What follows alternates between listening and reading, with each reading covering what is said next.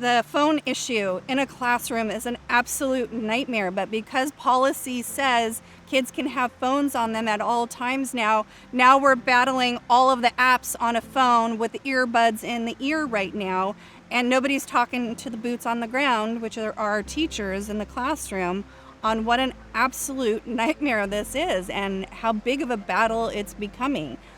We've got kids videoing each other in classrooms and posting it to social media.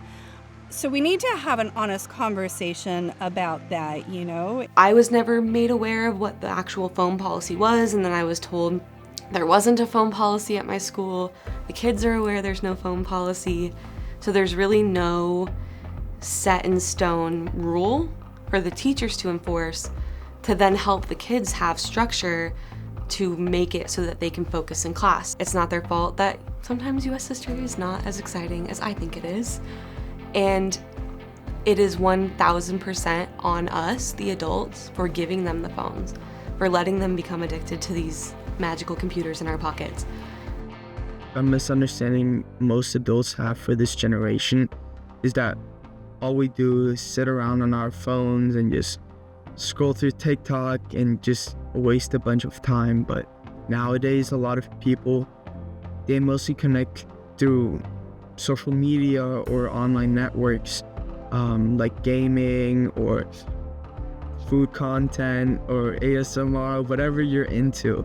It helps people connect in different ways, and most adults think we're just wasting time, but a lot of the time we're maybe talking to our friends or maybe venting to our friends about some problems we have.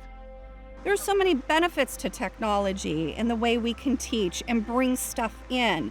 But if we become a plug-and-play society where here's my Canvas account, here's the PowerPoint, here's the lessons that you're supposed to do, when we're just doing that, we are not teaching.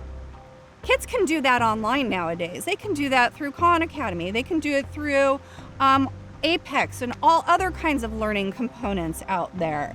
What makes a teacher magic is bringing out that spark, that interest, that special project that nobody else did. And you know what? We blasted that out in social media. We put it up in our walls.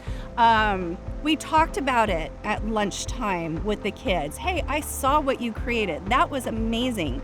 One of the things that I absolutely love about my site is when there's something amazing happening, we're sharing that around. And it's not coming from a jealousy perspective at all. It's actually coming from that genuine interest of, hey, that was really cool. How did you do that? I want to know about that. So we do have to get away from that old style of teaching, you know, where kids aren't going to pay attention to it. They're getting that social media at this fast of a pace. So when we go up and we're just kind of plug and play, we're losing those kids.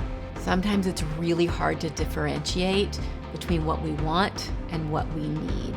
For instance, the phone is a tangible item that we might want, but what we really need is connection.